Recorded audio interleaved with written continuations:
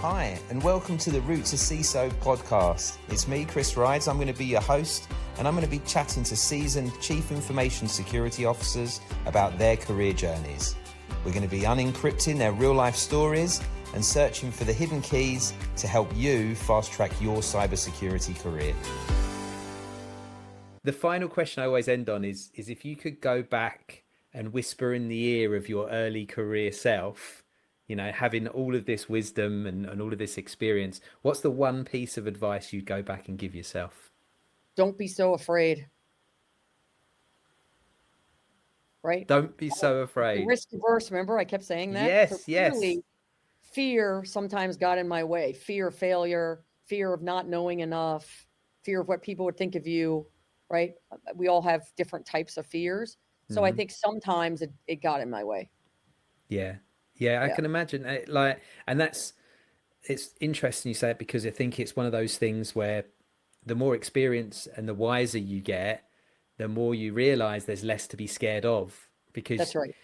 You get stuck in some situations where you wish you'd never been stuck in them, but you can't control it. And then when you look back on it, you were like, wow, I learned quite a lot from that, or this is what I got from that.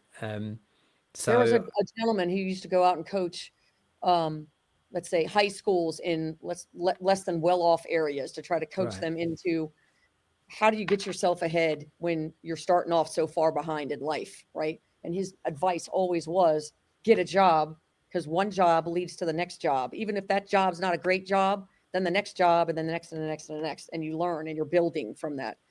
Even if you're privileged enough to get a head start, right? Yeah. Getting something and not being afraid to just go out and do it.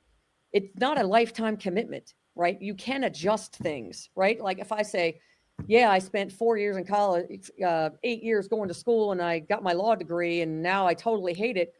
Yeah, you did spend a lot of money on that, but it's still not impossible to say, what adjacent to this can I do that still leverages what I spent that money on to go do? And it's still not a death sentence. You know what I mean? Yes. It doesn't have to be forever. And I think that's what young people coming up will get so caught up in, is like, oh my God, how am I going to decide what to do? You don't have to. Just go get something and learn from that. And you don't have to stay in it forever. And you can see I kind of have a diversity of stayed somewhere a really long time, and then stayed a few places less long, and then stayed another place a really long time. But even in the places I stayed a really long time, it's because I kept getting opportunities to move. Right. So I didn't just stay static. So your career is going to go up, down, back, forth, whatever. But as you look at the line across the trend, if you're doing it right, you are making those moves up, but it's not a straight line. And this is the other thing I always say. It is not a destination. The thing is, what you got to learn is the journey is the fun part. Yes. There is no destination, right? Yeah. Because there's always the next thing. Yeah, those people that I said that are always constantly, what's next, often are the ones that aren't enjoying the point they're at. They never get a chance to, right? They never get a chance to be present. So, well, look, thank you so much. This has been great. I've really, really enjoyed it. Hopefully it hasn't been too painful. Not at all. This is totally enjoyable. Good stuff. Well, look, thank you so much. I want to thank the audience for joining us as well. And obviously thank Laurie for spending her time with me talking about her career.